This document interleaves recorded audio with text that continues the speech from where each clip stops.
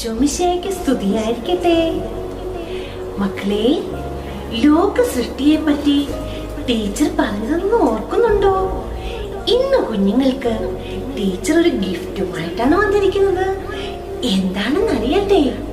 സൃഷ്ടാവിന്റെ സൃഷ്ടികൾ അടങ്ങിയിരിക്കുന്ന വളരെ മനോഹരമായ ഒരു വിഷ്വൽ ബൈബിൾ അവതരണം.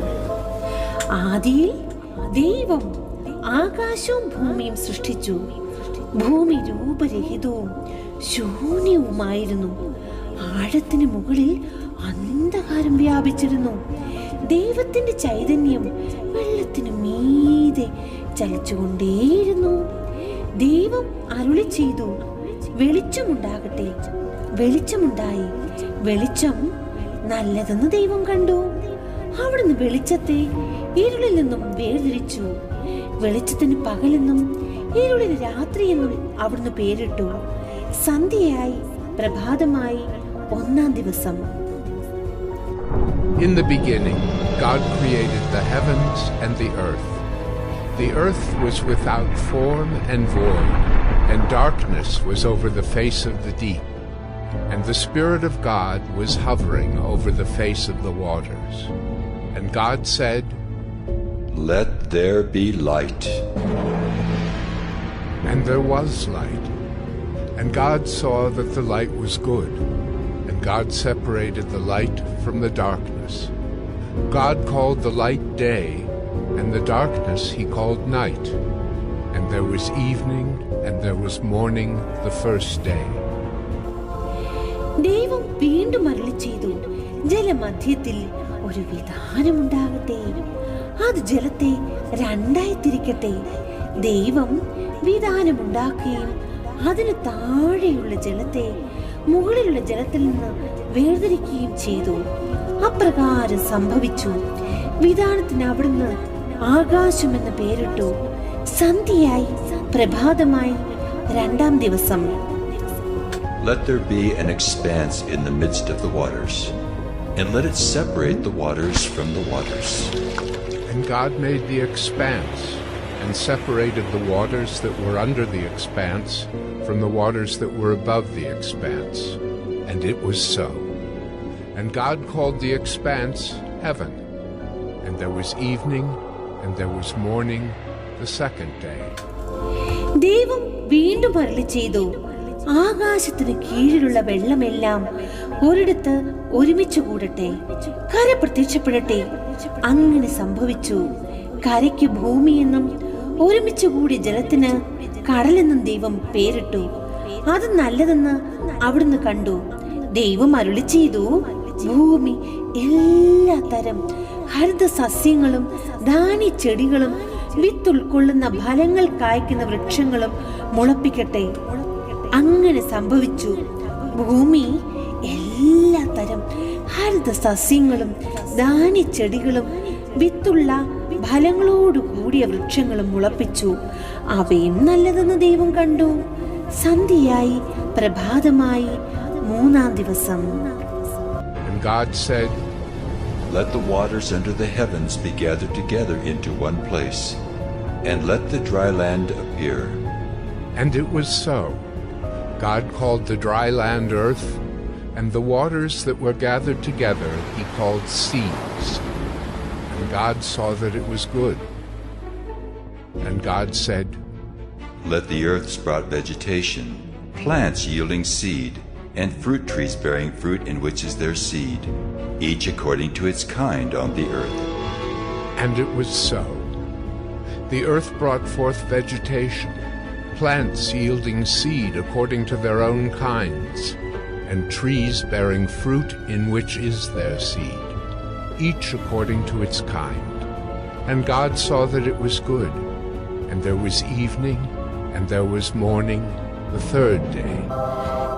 ദൈവം വീണ്ടും അരുളി ചെയ്തു, രാവും പകലും വേർതിരിക്കുവാൻ ആകാശവിതാനത്തിൽ പ്രകാശങ്ങൾ ഉണ്ടാകട്ടെ. ഭൂമിയിൽ പ്രകാശം ചൊരിയുവാൻ വേണ്ടി അവ ആകാശവിതാനത്തിൽ ദീപങ്ങളായി നിൽക്കട്ടെ. അങ്ങനെ സംഭവിച്ചു. ദൈവം 2 മഹാദീപങ്ങൾ സൃഷ്ടിച്ചു. പകലിനെ നയിക്കാൻ വലുത്, രാത്രിയെ നയിക്കുവാൻ ചെറുത്. നക്ഷത്രങ്ങളെയും അവിടുന്ന് സൃഷ്ടിച്ചു.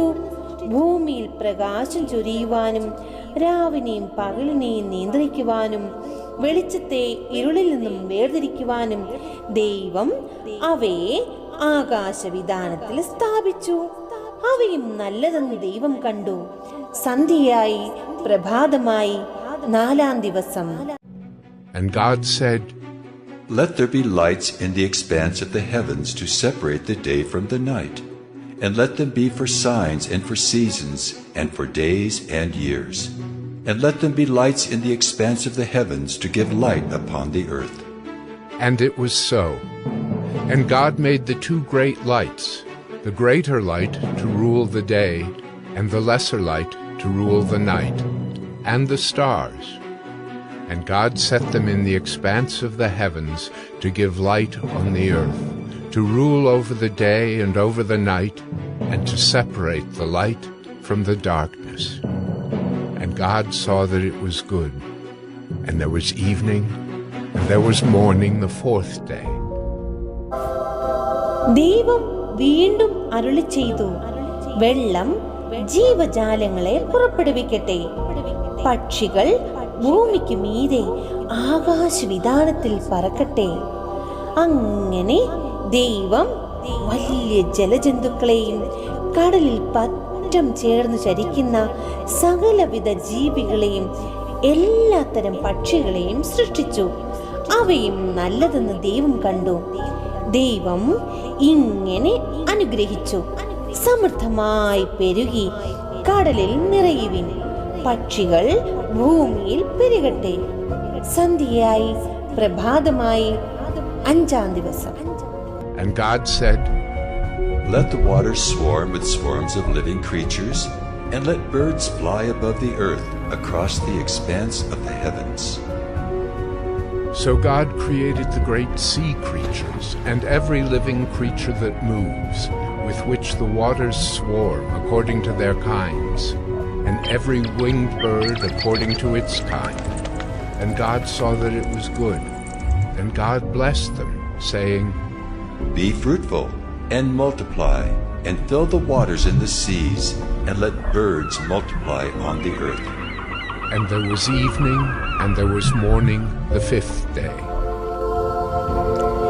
ദൈവം വീണ്ടും അരുളി ചെയ്തു, ഭൂമി എല്ലാ തരത്തിലുമുള്ള ജീവജാലങ്ങളെയും കന്നുകാലികൾ, ഇഴജന്തുക്കൾ, കാട്ടുമൃഗങ്ങൾ എന്നിവയെയും പുറപ്പെടുവിക്കട്ടെ.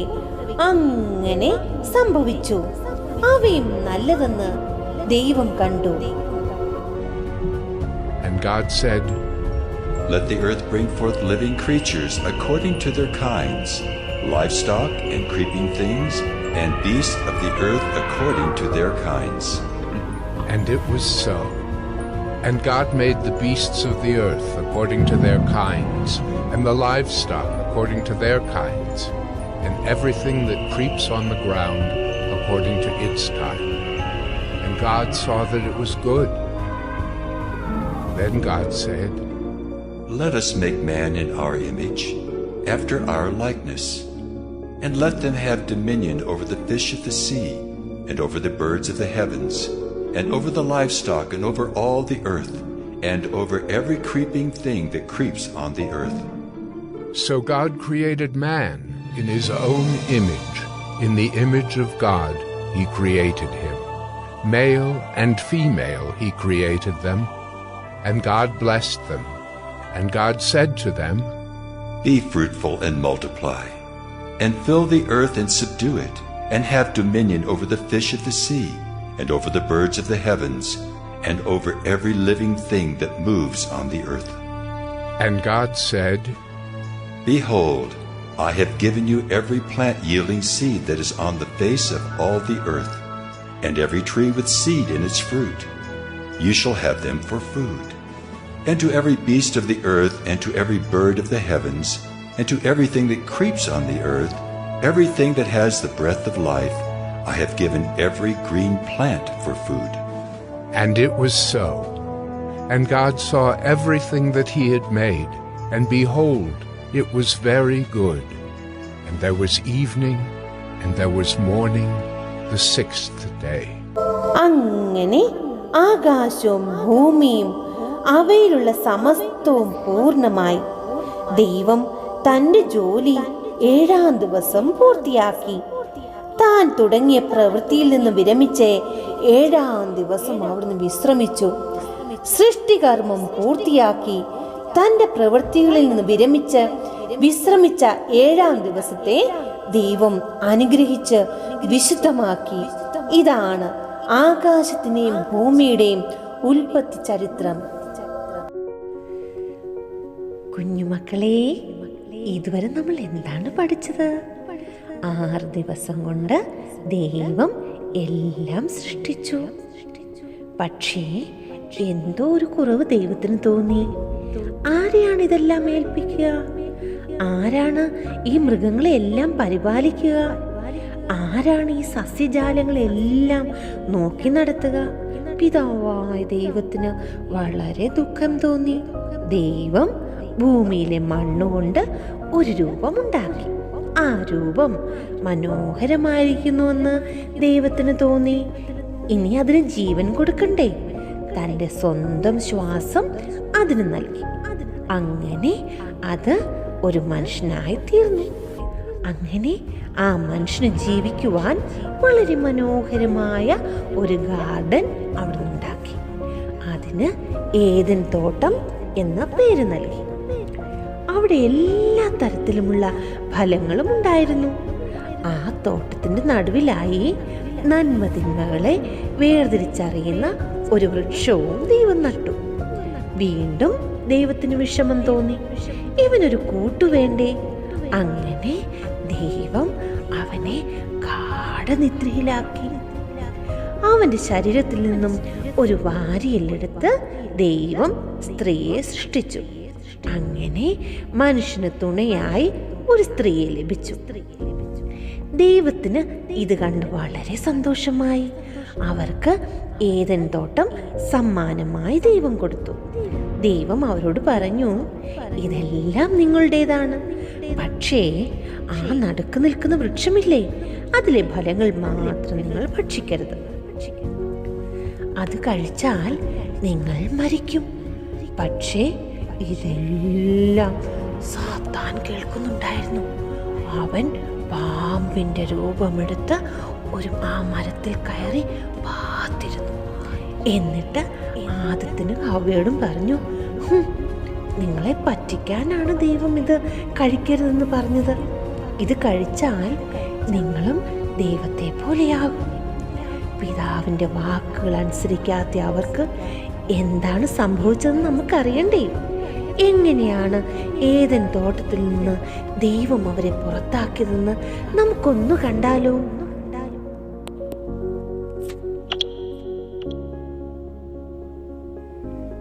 Be open and you will be like God, knowing good and evil.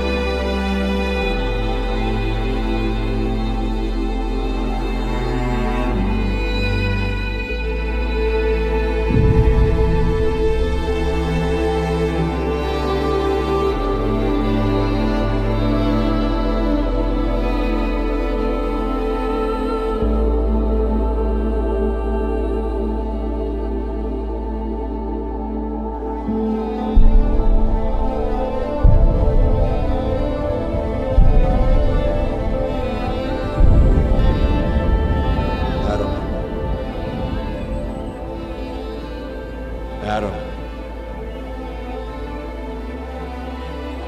Where are you, Adam? I heard your voice in the garden, but I was afraid because I was naked. So I hid myself. Who told you that you were naked? Have you eaten from the tree of which I commanded you not to eat?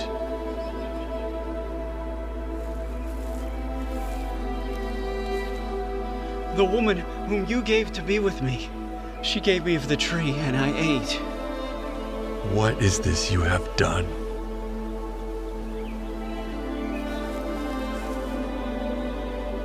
The serpent deceived me, and I ate.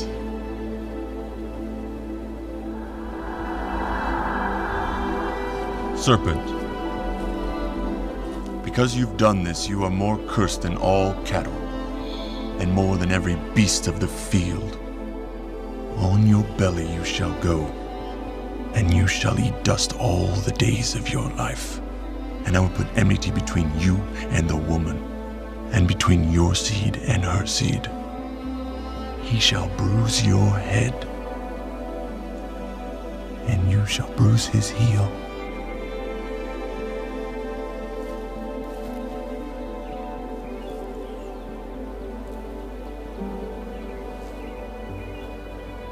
I will greatly multiply your sorrow and your conception. In pain you shall bring forth children. Your desire shall be for your husband, and he shall rule over you. Because you have heeded the voice of your wife, and have eaten from the tree of which I commanded you, saying, you shall not eat of it. Cursed is the ground for your sake.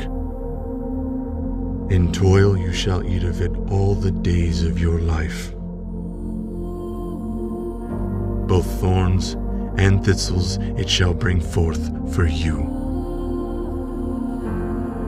In the sweat of your face you shall eat bread until you return to the ground.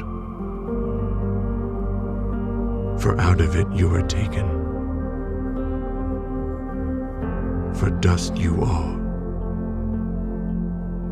and to dust you shall return.